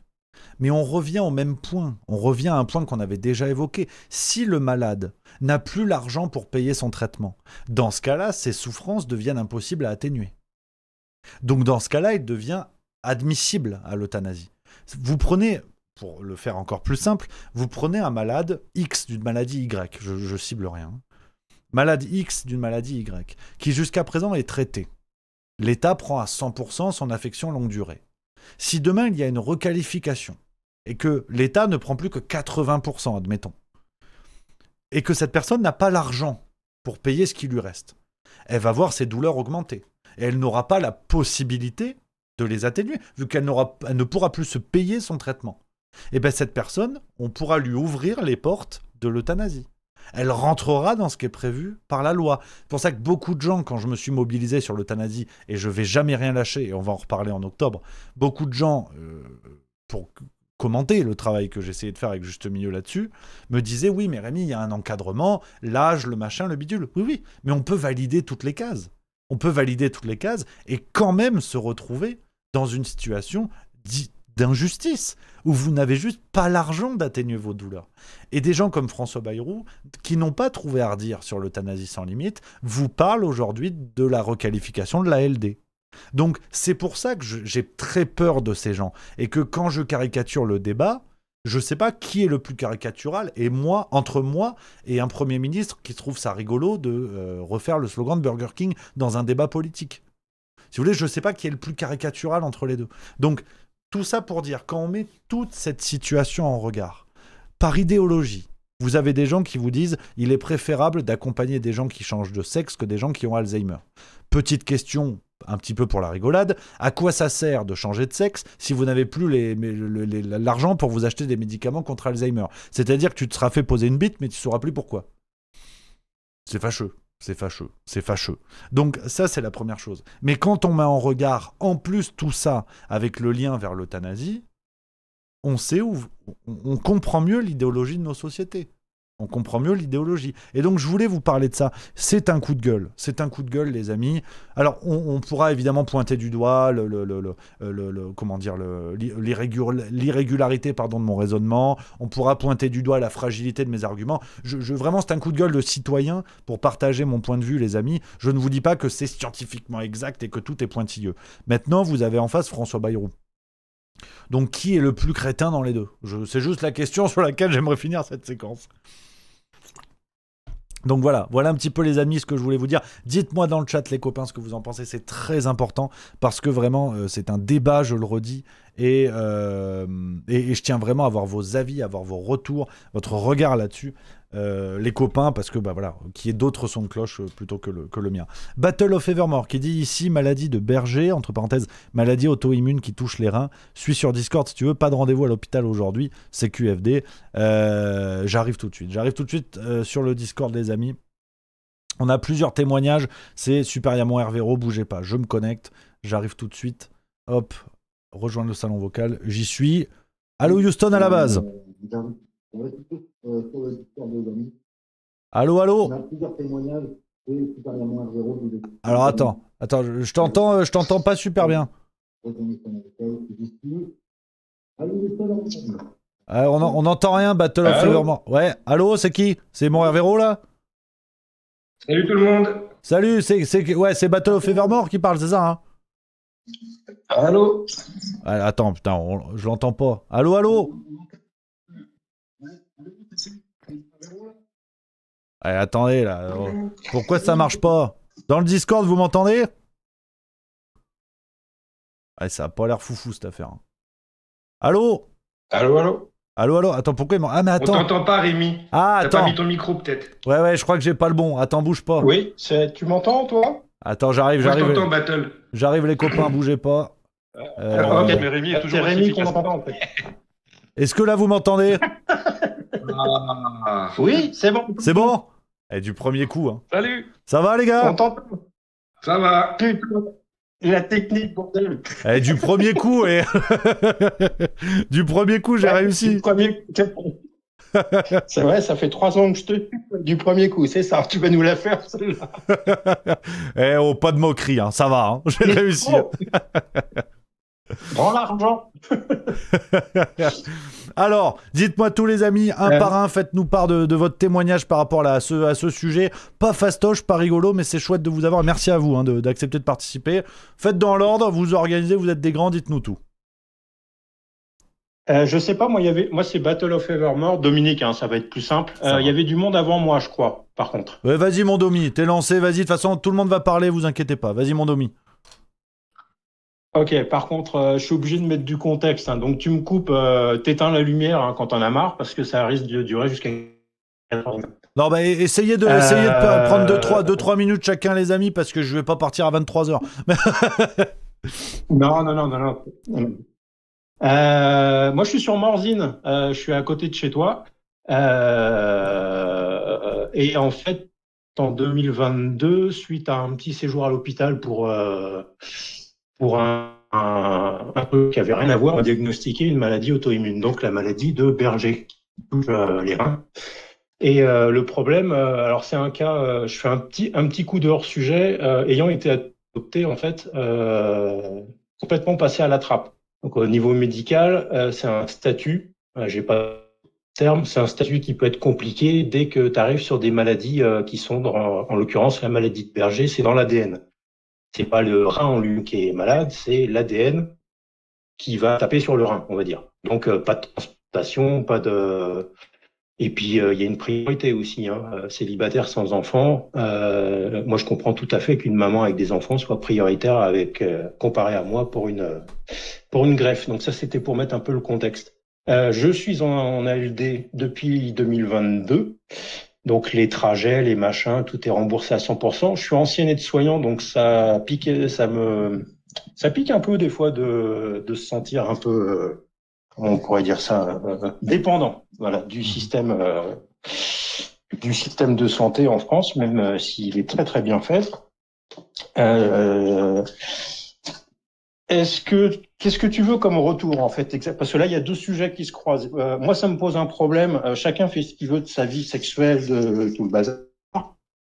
Par remboursement, alors je parle pas de personnes qui ont des problèmes, des vrais problèmes, hein, entre gros guillemets pour que personne ne se jette par la fenêtre. Mmh. Mais les remboursements par la sécurité sociale à 100% de certaines opérations, ça me pose un problème. À après la fin de vie, je sais pas si c'est ce que tu voulais. Alors, déjà, oui, effectivement, on va rester sur ce sujet-là. Donc là, croisement ALD et transidentité. Donc c'est vrai que déjà, il y a ce son de cloche que toi, tu nous apportes. Pour passer la parole, mon Hervé Rault, toi, tu peux nous dire quoi là-dessus? Quel est ton regard là-dessus? Qu'on ait plusieurs sons de cloche, les amis. Hein. Ouais, bah, je vais faire très rapide parce que bah, moi, j'ai l'expérience de l'ALD d'il y a 17 ans. Donc, j'avais quoi? J'avais 25 ans. J'ai eu un cancer des ganglions, donc une maladie de Hodgkin qui se guérit très bien par la chimio et tout. Par chance, j'ai eu que 4 mois de traitement au lieu de 8. Et 4 mois de traitement, c'est 80 000 € déjà. Putain. Ouais. Donc 80 000 €, allez, on va dire 100 000. On va dire 100 000 €. On t'enlève 20%, t'en as 20 000 balles de ta poche. Qui va mettre 20 000 € aujourd'hui pour se soigner? Là, on rejoint l'euthanasie. Ouais. Surtout dans l'état de délabrement du pays. Voilà. Donc là, le lien, il est assez clair. Moi, là, ce que je voulais témoigner, c'était que ça coûte très cher, en fait. Ouais. Juste une injection de graphite, c'est 1 500 € la picouse. Hein, pour faire monter tes globules blancs avant ta chimio quand tu es trop faible. Si tu n'as pas assez de globules blancs, on t'injecte un granulocyte qui te fait pousser les os. Tu as l'impression que ton squelette il va exploser. C'est 1 500 € la picouse. Putain. Ah ouais, c'est dingue. Donc ça, c'est un gros problème. Surtout qu'aujourd'hui, les ALD, si je ne m'abuse, elles sont au nombre de 31. Il y a 31 maladies classifiées ALD. Après, il y a des exceptions. Mais il me semble que la transition de genre est une ALD. Et la problématique du lobby, on va l'appeler comme ça, c'est que si tu leur dis ouais mais c'est une maladie mentale, ils te disent t'es un comment il m'a dit transphobe, ouais. Transphobe et tout, t'es transphobe, nanani nanana. Mais non, mais alors pourquoi c'est classé en maladie longue durée? Ouais, c'est vrai. Alors, je dois t'avouer, mon Hervé Rault, je viens de te fact-checker en direct parce que je savais pas que les parcours de transition des personnes transgenres, je suis sur la page de la HAS justement, et effectivement, t'as tout à fait raison, c'est considéré comme l'ALD 31 très exactement. Et les chiffres de la HAS, au total, 8 952 personnes sont titulaires d'une ALD pour transidentité en 2020, dont 294 âgés de 17 ans et moins. Donc déjà, ce qui veut dire que la HAS va déjà à l'encontre de ce qu'elle dit. Les mineurs représentent 3,3% des titulaires d'une ALD et près de 70% des bénéficiaires ont entre 18 et 35 ans. Donc c'est monstrueux. Ça considère 9000 personnes, ça concerne 9000 personnes, pardon, et c'est un débat de société pour 67 millions d'habitants. Alors je sais que le relativisme statistique n'est pas toujours de bons conseils, mais c'est quand même assez dingue. C'est la page de la HAS. Hein. Merci mon Hervé Rault, effectivement, tu nous donnes des renseignements là-dessus. Et du coup, tu peux me permettre Vas-y, j'essaie d'éviter de dire des conneries en général. Tu m'as bien appris, Rémi, j'avoue. non, mais alors j'avais toute confiance en toi, mais c'est juste que je savais pas, donc je suis allé me renseigner pour ma culture perso. Mais c'est hallucinant, hein, c'est hallucinant. Et c'est comme la burqa. Rémi Pain, ça sonne bien. Hein Rémi Pain, ça sonne bien. Et on a dit pas les insultes. Hein. Attention, hein. Je vais sur le Discord, mais c'est pas pour me faire insulter. Attends, il y a mon Mithridate qui a pas parlé encore. Oui, salut tout le monde. Comment tu vas? Ouais. Ça va, cool. Ouais, j'avais envie d'intervenir. Ah ouais, ça me démange tellement ce sujet. Mais moi, je vais apporter une vision qui est très légèrement différente et une autre qui est assez cynique. Ouais. Moi, ce que je vois, c'est que actuellement, il y a eu des études qui ont été faites sur les changements de sexe justement. Alors ça va rejoindre l'affection de longue durée. Hein. Les changements de sexe, il y a eu des études qui ont été poussées un peu partout aux États-Unis et tout ça, et je pense que vous me contredirez pas, vous les regarderez, vous les trouverez, je vous les citerai pas parce qu'en fait il faut les chercher. Concernant les changements de sexe ou les gens qui sont en transition de genre, avant c'était, on était un peu sur du 80-20%, c'était 80% des hommes, 20% des femmes. Maintenant, ça s'est complètement inversé. C'est 80% de femmes et 20% d'hommes dans un monde où, en fait, moi, je suis assez cynique là-dessus. Je me dis que c'est beaucoup à cause du fait qu'on ait trop de médias et de trucs comme ça qui nous mettent en valeur en permanence le corps, les trucs, la sexualité. En plus, on a des réseaux où, en fait, maintenant, c'est complètement open bar. Les jeunes voient ça sans jamais se remettre en question, sans jamais avoir d'accompagnement dans ce qu'ils voient. Donc, ils ne comprennent pas forcément toujours ce qu'ils voient et puis ils se disent que peut-être qu'ils peuvent le faire aussi. Enfin, bref, ça, c'est un sujet très, très long. Mais donc, il y a ça. Mais il y a aussi le fait qu'aujourd'hui, la transition de genre, c'est un marché. Et là, on va parler en termes commerciaux. C'est un marché, un véritable marché. Si c'est 50 000 ou 100 000 euros, une transition de genre, un changement de sexe, c'est un putain de marché qui est cherché par les cliniques. parce que les chirurgiens et tout ça, c'est dans les cliniques souvent que ça se fait, ça peut se faire comme ça. C'est un marché aussi pour les médicaments, pour les laboratoires pharmaceutiques. Et en plus de ça, ce sont des gens généralement qui sont jeunes, quand on prend jeune, et ça reste des gens qui sont productifs. Et là où on veut faire l'affection de longue durée, ça rejoint ce que je disais, ce qu'on se disait tout à l'heure, les affections de longue durée qui vont être arrêtées, ça va être des affections de longue durée pour les personnes qui ne seront plus productives. Ceux qui ne sont plus productifs, qu'est-ce qu'on va faire? On va leur payer l'affection de longue durée jusqu'à la fin de leur jour, tranquillement comme ça, pour prolonger une vie qui ne rapporte pas à la société. Vous voyez mon air cynique. Ouais, je comprends. Je connais bien mon truc. Mais moi, c'est ça que je vois. C'est ce que je me dis, c'est ceux-là, on les dégage, ils ne servent plus. De toute façon, ils ne produisent plus. De toute façon, ils ne produisent plus. Allez, ça dégage. Ouais. Ouais, cynique, mais techniquement, c'est exactement du commercial à la McKinsey qui te dit, voilà, on va refaire un petit peu l'entreprise et hop, on va souder les fenêtres parce que sinon on va se faire une France Télécom. Voilà. Non, je reste la parole, merci. Ouais, non, merci à toi, on mettrait là-dessus. Je suis d'accord avec cette grille de lecture. Est-ce que quelqu'un veut rajouter quelque chose là-dessus, les copains? Moi, il y a juste, je me permets, il y a juste un truc qui peut. Je parle pour les gens qui ont le tampon ALD, dont je fais partie, et dont l'autre personne qui est avec moi là en ce moment à première vue. Ou alors c'est terminé, je crois, tu avais l'air de dire. C'est fini, je suis définitivement en forme, donc ça va. Non, c'est cool, c'est bien.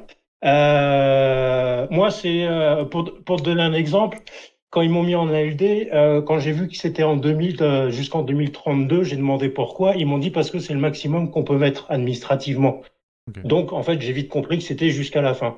Le seul truc qui peut sauver, je vais mettre un petit message d'espoir, je mets des gros guillemets, le petit truc qui peut nous sauver, c'est que à partir du moment où l'ALD, si on y touche, il y a le statut de personne handicapée.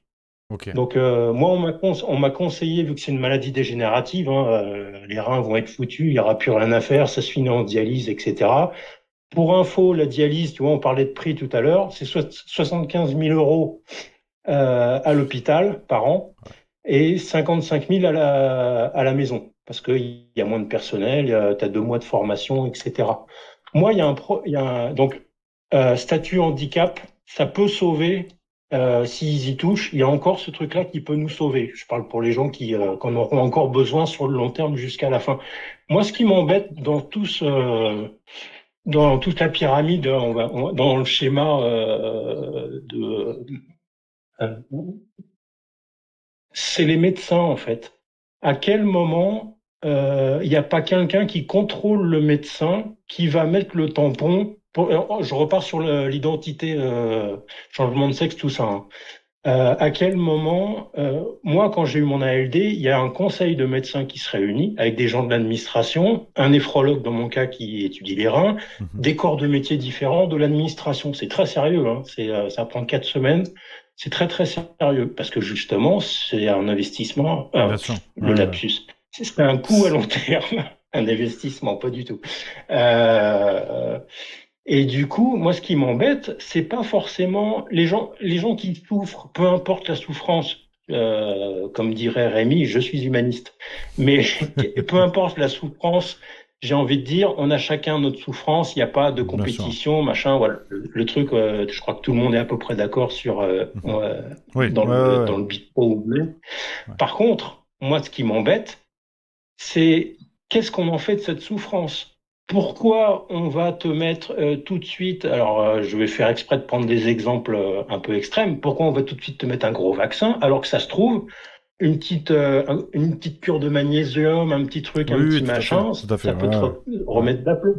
C'est ce que je veux dire. Moi j'ai une copine, un exemple... Pour finir camarade. Oui, excuse-moi, je suis désolé. Mais c'est un truc qui me tient à cœur et puis que je vis au quotidien, donc je pourrais t'en parler. Bref, elle va pas bien. Tu vois, on est à Morzine, on est quand même en milieu rural, même s'il y a beaucoup de tourisme. Elle va voir le médecin, elle ressort de là avec sartraline, 50 mg, c'est un antidépresseur. C'est du Zoloft. Alors qu'elle avait juste besoin un peu de parler, le médecin lui a mis ça.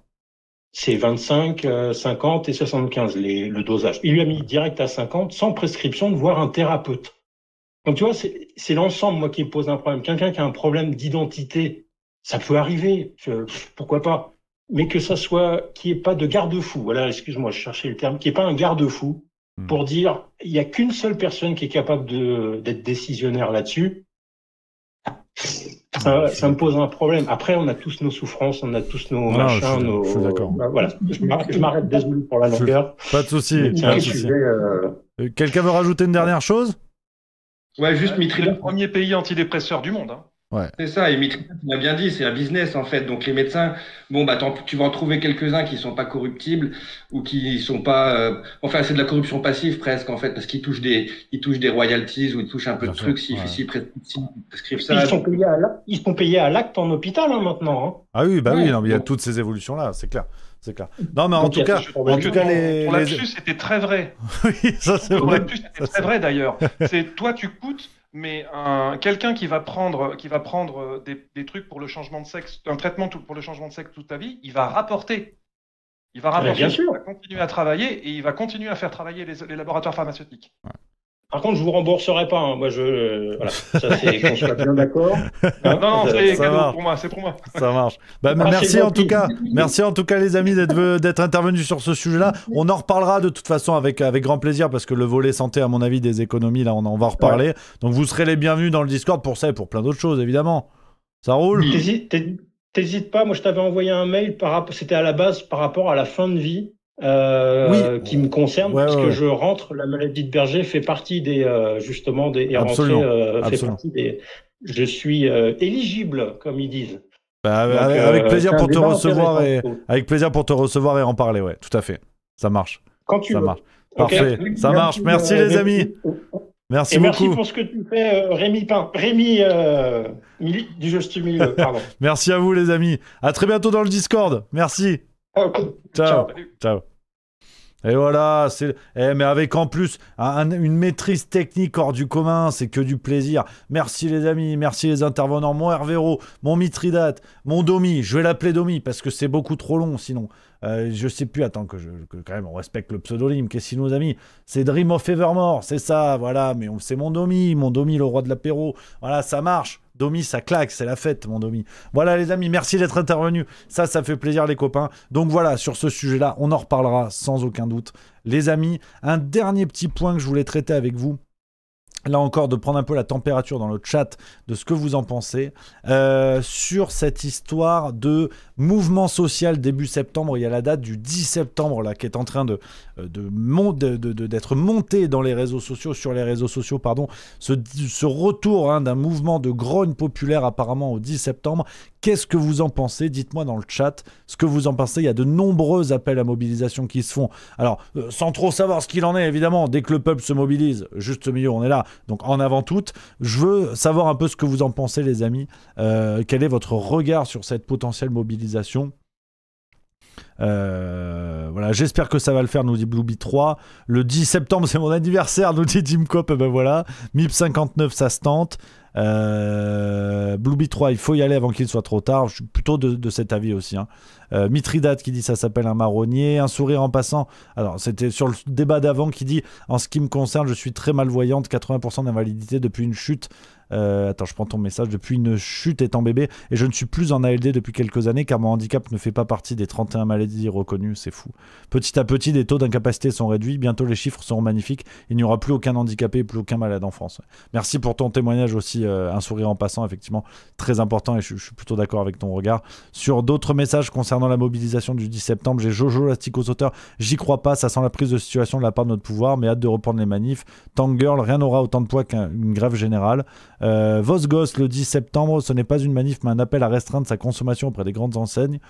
Alors écoute, il y a un peu de tout, c'est pour ça je prends la température, les amis, parce que je sais pas trop ce qu'il en est. C'est en train de se mettre en place sur les réseaux sociaux et je trouve ça très positif dans la mesure où le peuple s'exprime. Après, quelle forme ça va prendre, pour l'instant j'en sais rien. Pour l'instant j'en sais rien, les amis, mais je voulais avoir votre retour là-dessus et votre regard. On en reparlera de toute évidence, mais c'est toujours bon de toute façon dès que le peuple se mobilise. Les amis, on est pas mal pour aujourd'hui. On arrive à la fin de ce Juste Bistrot. On va se donner rendez-vous demain, évidemment. Demain, c'est le retour du Juste Bistrot. On va se faire une belle semaine. Et demain, je peux d'ores et déjà vous dire qu'on va parler du procès Pélico. Je voulais revenir là-dessus, mais sur un angle un peu particulier. On parlera encore un petit peu de l'affaire Epstein. Et demain, mes 5 comédies préférées. Demain, c'est Cinoche, il y aura du grand débat. Ça va envoyer du bois, personne va être d'accord, ça va être génial. Voilà ce que je pouvais vous dire, les amis, pour ce programme. On se retrouve donc demain. Plein badin, vous avez le lien pour le cahier de vacances juste milieu dans la description de cette vidéo si vous regardez en replay sur YouTube. Allez-y plein gaz, je vous le mets dans le chat, il y a déjà plein de retours de gens qui se sont bien amusés avec les mots croisés, les quiz et compagnie. C'est l'esprit du cahier de vacances, on a voulu bricoler ça pour vous. J'espère que ça va vous plaire les amis, lien en description. Je vous embrasse, je vous donne rendez-vous demain 16h45. Vive la rigolade et vive la France. À demain. Voilà. Ciao.